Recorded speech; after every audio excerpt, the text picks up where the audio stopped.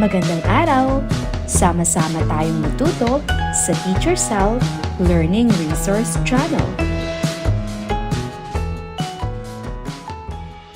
Revised K-12 Curriculum EPP FCS 5 Quarter 3 Week 8 Pagbebenta ng kagamitang pambahay.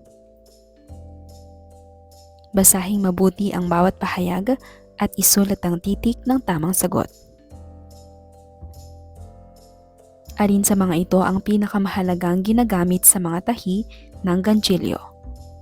Makinang panahi, crochet hook, gunting, karayom at sinulid. B. Crochet hook. Alin sa mga sumusunod ang isang pangunahing ganchilyo na tahi? Pearl stitch, chain stitch, knit stitch, running stitch. Mahusay, ito ay chain stitch. Ano ang dapat mong gawin bago magsimula ng isang proyekto ng ganchilyo? Piliin ang kulay ng sinulid, gumawa ng plano ng proyekto, hiwain ang sinulid sa maliliit na piraso, itago ang ganchilyo hook, gumawa ng plano ng proyekto. Paano dapat hawakan ang crochet hook habang nagtatrabaho? Tulad ng isang lapis, tulad ng isang kutsara, tulad ng tinidor, tulad ng chopstick. Ang sagot ay A, tulad ng isang lapis. Anong pag-iingat ang dapat mong sundin kapag nagko-crochet? Magsuot ng guwantes, panatilihin ang ganchilyo hook ang layo mula sa iyong mukha. Gumamit ng isang blunt crochet hook. Ganchilyo malapit sa isang bukas na apoy. B. Panatilihin ng ganchilyo hook ang layo mula sa iyong mukha. Basahin at unawain ang mga salitang ipapakita. Pagkatapos, ibahagi kung ano sa tingin nyo ang kahulugan ng bawat salita batay sa inyong kaalaman at karanasan. Marketing.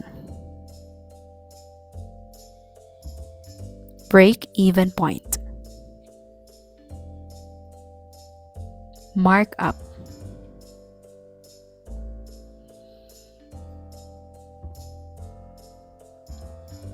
Kaugnay na paksa bilang isa, panimula sa pagbebenta ng mga produktong gawa sa kamay.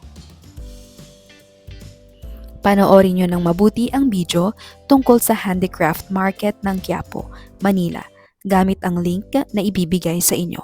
Habang nanonood, bigyang pansin ang mga produktong ibinibenta, paraan ng pagbebenta at pakikipag-ugnayan ng mga tindero sa mga mamimili dahil ito ay tatalakayin pagkatapos ng panonood. Narito ang QR code.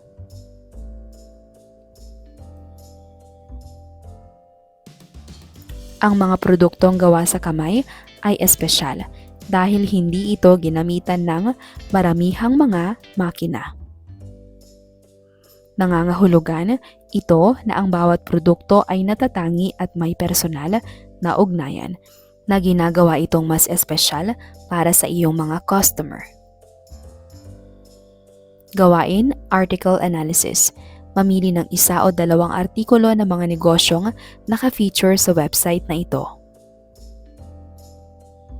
Gamitin ang kwento ng RLM7 Enterprise na nasa mga pahina 28 hanggang 29. RLM7 Enterprise. Ang RLM7 Enterprise ay isang sole proprietorship na opisyal na nakarehistro noong 2017. Ang pangunahing linya ng produkto nito ay binubuo ng iba't ibang uri ng bag tulad ng coin bag, tote bag, sling bag, body bag, at drawstring bag. Bukod dito, gumagawa rin ang RLM7 ng apron at bucket hat. Bilang bahagi ng advokasya nito sa pangangalaga sa kalikasan, gumagamit ang kumpanya ng mga recycled na materyales gaya ng katsa, maong, kalahating sako at canvas bilang mga hilaw na sangkap. Nagsimula ang RLM7 noong 2008 bilang supplier ng coin bag sa 2 lokal na bangko. Dahil sa kanilang mahusay na produkto, nairekomenda sila sa iba pang mga bangko. Noong 2017, inimbitahan ang RLM7 na lumahok sa National Arts and Crafts Fair na nagsilbing mahalagang simula ng kanilang pag-unlad sa tulong ng DTI and CRO. Kabilang sa mga pangunahing hamon na hinarap ng RLM7 ay ang paglago ng pananalapi at marketing. Sa tulong ng DTI and CRO, nabigyan sila ng suporta sa pagbuo ng produkto, pagdalo sa mga seminar, at pakikilahok sa mga trade fair kasama ang DTI, DDTP. Samantala, ang Design Center of the Philippines ay tumulong sa pagpapahusay ng kanilang mga disenyo hanggang sa makabuo sila ng sarili nilang kakayahan sa product design. Ayon sa RLM7, ang kanilang sekreto sa tagumpay ay ang palaging pagsasama ng Diyos sa bawat proyekto. Ang pangalang RLM7 ay nangangahulugang Ako at ang Aking Diyos. Pinahahalagahan nila ang hindi pagsuko sa kabiguan, ang patuloy na pagkatuto mula sa mga eksperto, ang pagkakaroon ng bukas na isipan at ang pagiging inventor ng sariling kakayahan. Isa rin sa kanilang prinsipyo ang pagiging matulungin sa kapwa, lalo na sa mga negosyong nagsisimula pa lamang. Ilang panghuling mensahe, pinapayuhan ng RLM7 ang lahat na huwag tumigil sa pagsisikap na lumikha ng bago, patuloy na mag-eksperimento, matuto mula sa mga pagkakamali at huwag sumuko. Higit sa lahat, mahalagang manatiling mapagkumbaba, may pusong nagpapasalamat at humingi ng patnubay sa Diyos sa paggawa ng mahalagang desisyon. Mga pakinabang ng pagbibenta ng mga gawang kamay. Mas natatangi ang bawat produkto dahil may personal na paggawa. May mas malapit na ugnayan sa mga customer. Maaaring mas mataas ang kita dahil hindi dumadaan sa middleman. Nakakatulong sa pangangalaga sa kalikasan kung recycled ang materyales. Mga hamon ng pagbibenta ng mga gawang kamay. Matagal gawin ang bawat produkto. Limitado ang dami ng maaaring i-produce. Mas mahirap ang marketing kung walang sapat na kaalaman o pondo. Kailangang panatilihin ang kalidad kahit tumataas ang demand. Pagbebenta ng direkta sa mga customer. Direktang nakikipag-usap ang nagbebenta sa bumibili, halimbawa sa tiyangge, fair o online chart. Mas naiintindihan ang pangangailangan ng customer dahil may agarang feedback. Mas kontrolado ang presyo at disenyo ng produkto. Nabubuo ang tiwala at loyal na customers dahil sa personal na ugnayan. Ang aking produkto, sagutan ng gawain bilang isa sa sagutang papel. Basahin ng mabuti ang bawat tanong at isulat ng malinaw ang inyong mga sagot. Pangalan ng produkto, pagkamalikhain at personalisasyon. Ano ang mga natatanging tampok na mayroon ang iyong produkto? Paano nyo ito mapapaganda mula sa iba pang katulad na mga item? Pag-unlad ng kasanayan. Anong mga kasanayan ang natutuhan mo habang lumilikha ng produktong ito? Paano nyo mas mapagbubuti ang mga kasanayang ito? Pagmamalaki at tagumpay. Ano ang pakiramdam mo kapag nakumpleto mo ang isang produktong gawa sa kamay? Bakit mahalagang ipagmalaki ang iyong produkto? Oras at pagsisikap. Gaano katagal ang paggawa ng iyong produkto? Anong mga hamon ang naranasan ninyo sa proseso? Marketing at pagbebenta. Paano mo ipopromote ang iyong produkto? Anong mga estratehiya ang maaari mong gamitin upang maakit ang mga customer? Para sa ikalawang araw, kaugnay na paksa bilang 2, pagkalkula ng mga gastos at kita. Pagtutuos ng presyo ng produktong gawang kamay. Matutukoy ninyo ang tamang presyo ng isang produktong gawang kamay sa pamamagitan ng pagtukoy ng gastos, break-even point, at tubo. Unang hakbang, paghahati ng mga gastos. Hatiin nyo ang mga gastos sa 2 uri. Gastos sa materyales, tela, sinulid, beads at iba pa. Gastos sa paggawa, oras at effort. Ano-anong materyales ang ginamit sa paggawa ng produkto? Halimbawa ng gastos sa materyales. Tela, 50 piso. Sinulid, 10 piso. Beads, 20 piso.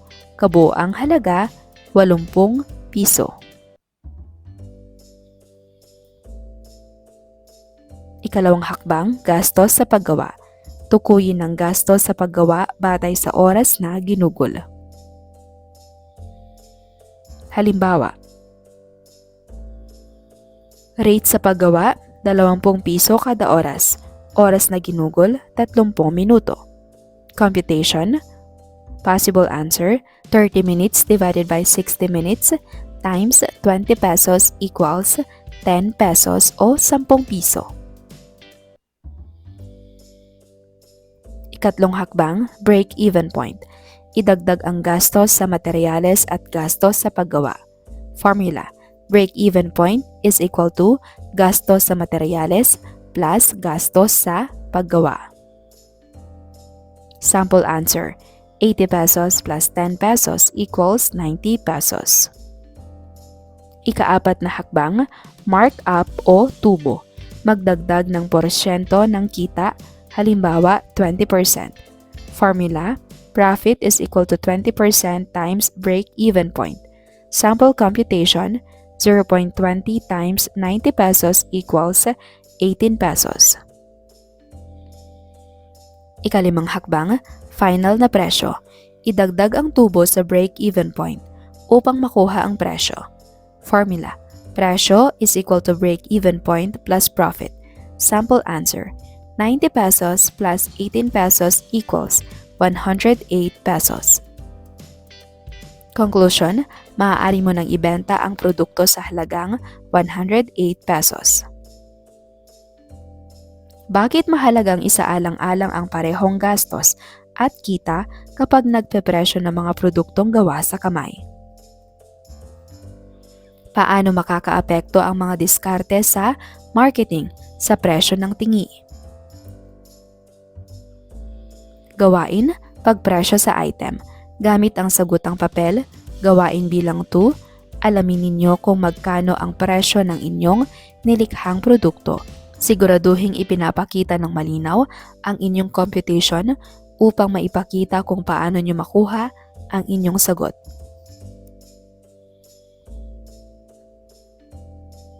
Materyales, halaga. Kabuang halaga ng materyales. Gastos sa paggawa, break-even point, markup, presyo. Sa ikalawang column, komputasyon at sa ikatlong column, halaga.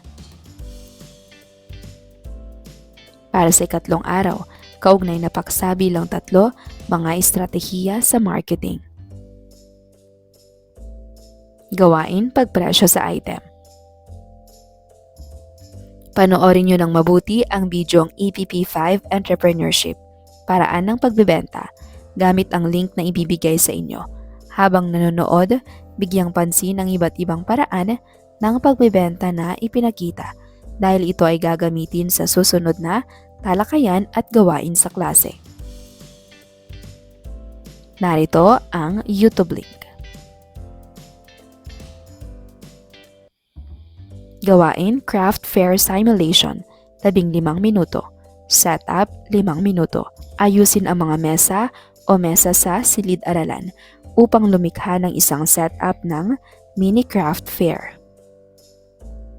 Ilagay ang mga bagay na gawa sa kamay sa mga mesa. Italaga ang kalahati ng mga mag-aaral bilang mga nagbebenta at ang iba pang kalahati bilang mga mamimili.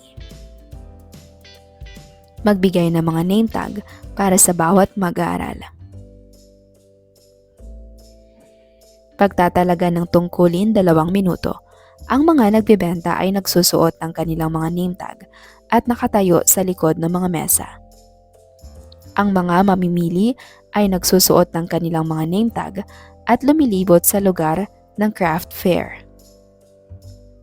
Tungkulin ng nagbebenta 5 minuto. Batiin ang mga mamimili habang papalapit sila sa mesa. Ipakita ang mga craft item. Ipaliwanag ang mga tampok, materyales na ginamit at anumang mga espesyal na detalye. Talakayin ang pagpepresyo. Play money. Hikayatin ang mga mamimili na magtanong. Gumamit ng mapanghikayat na wika upang ipromote ang kanilang mga produkto. Tungkulin ng mamimili 5 minuto. Lumapit sa iba't ibang mga talahanayan. Suriin ang mga craft item. Magtanong tungkol sa mga produkto. Makipag-ayos ng mga presyo kung gumagamit ng play money. Magpasya kung bibili o lilipat sa ibang stall. Magsanay ng magalang na pagkikipag-ugnayan sa mga nagbibenta. Talakayin ng mga sumusunod. Ano mga diskarte ang ginamit ng mga nagbibenta upang maakit ang mga mamimili? Paano nagpasya ang mga mamimili kung aling mga item ang bibilhin? May matagumpay bang nakipagnegosasyon sa mga presyo? Ano ang natutunan nila tungkol sa mga pagkikipag-ugnayan ng customer? Gawain marketing plan. Hatiin niyo ang inyong sarili sa maliliit na grupo. Ang bawat grupo ay gagawa ng isang simpleng plano sa marketing para sa inyong napiling produkto. Gamitin niyo ang sagutang papel, gawain bilang 3 sa pagsasagawa ng gawaing ito. Pangalan ng produkto. Paglalarawan ng produkto. Ilarawan ng maikli ang iyong produkto. Ano ang dahilan kung bakit ito espesyal o kakaiba? Target na madla. Sino ang mga potensyal mong customer? Halimbawa, kaklase, magulang, guro. Anong age group o interes ang meron sila? Pagbabrand. Pumili ng isang tatak ng pangalan para sa iyong produkto. Anong mga kulay, simbolo o damdamin ang kumakatawan sa iyong tatak?